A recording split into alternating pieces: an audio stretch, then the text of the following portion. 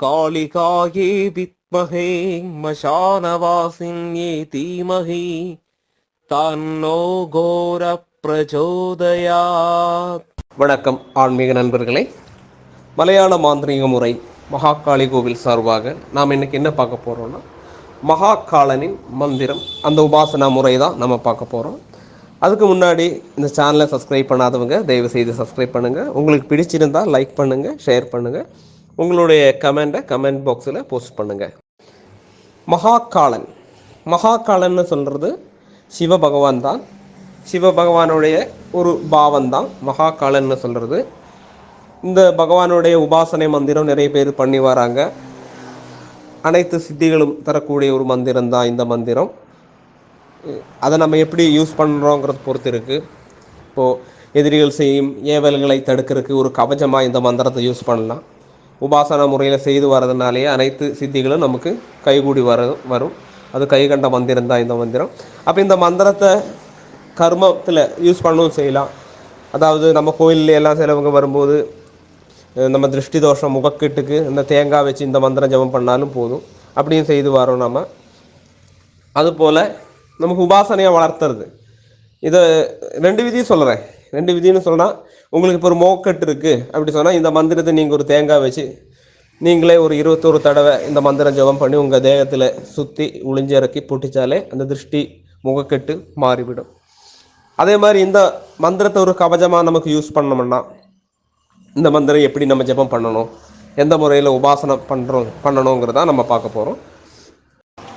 இந்த மந்திரம் காலையிலையும் சாயந்தரமும் ஒரு 108 முறை வச்சு நீங்கள் ஜெபம் பண்ணி வாங்க. ஒரு 41 நாளைக்கு நீங்கள் ஜெபம் பண்ணுங்கள். ஜெபம் பண்ணுற வேளையில் சிவபகவானுடைய மந்திரம் மாறதுனால நல்ல சுத்தம், தேக சுத்தி, மன சுத்திங்கிறது கண்டிப்பாக வேணும்.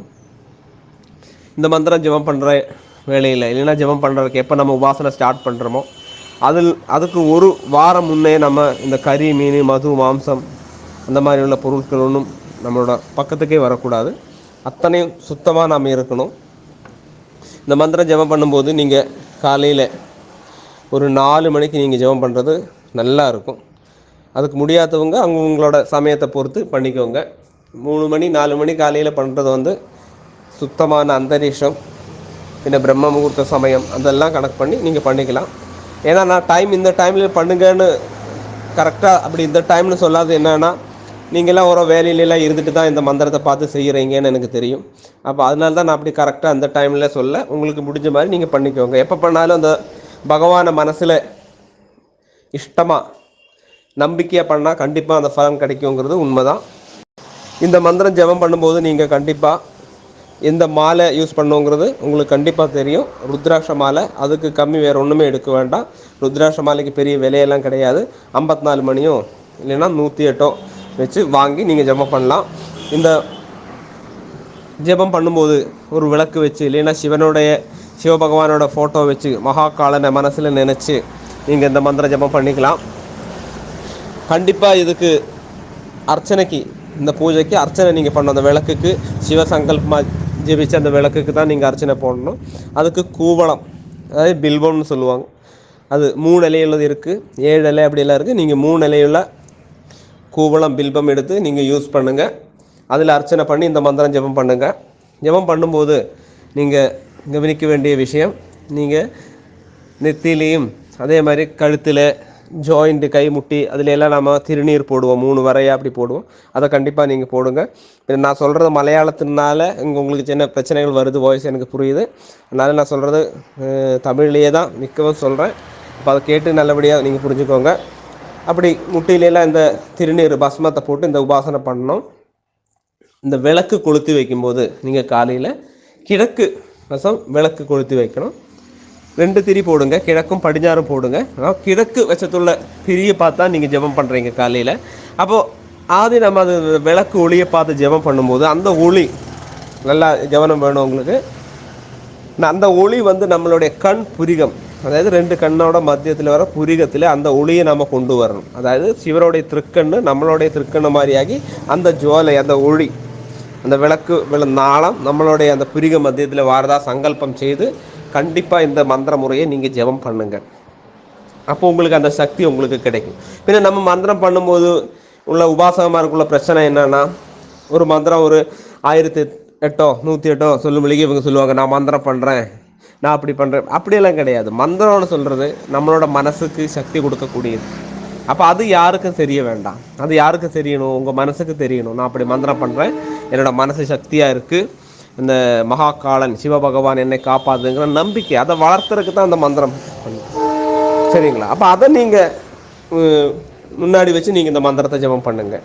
அது மாதிரி நம்ம செய்கிற மந்திரங்கள் வேறு யாருக்கும் சொல்லவோ அப்படி ஒன்றும் செய்ய வேண்டாம். அது உங்கள் குரு, உங்கள் தேவதை, உங்கள் மனசு, நீங்கள் அது புரிஞ்சால் போதும். எல்லாத்துட்டையும் சொல்லிட்டு நடக்க வேண்டிய தேவையில்லை.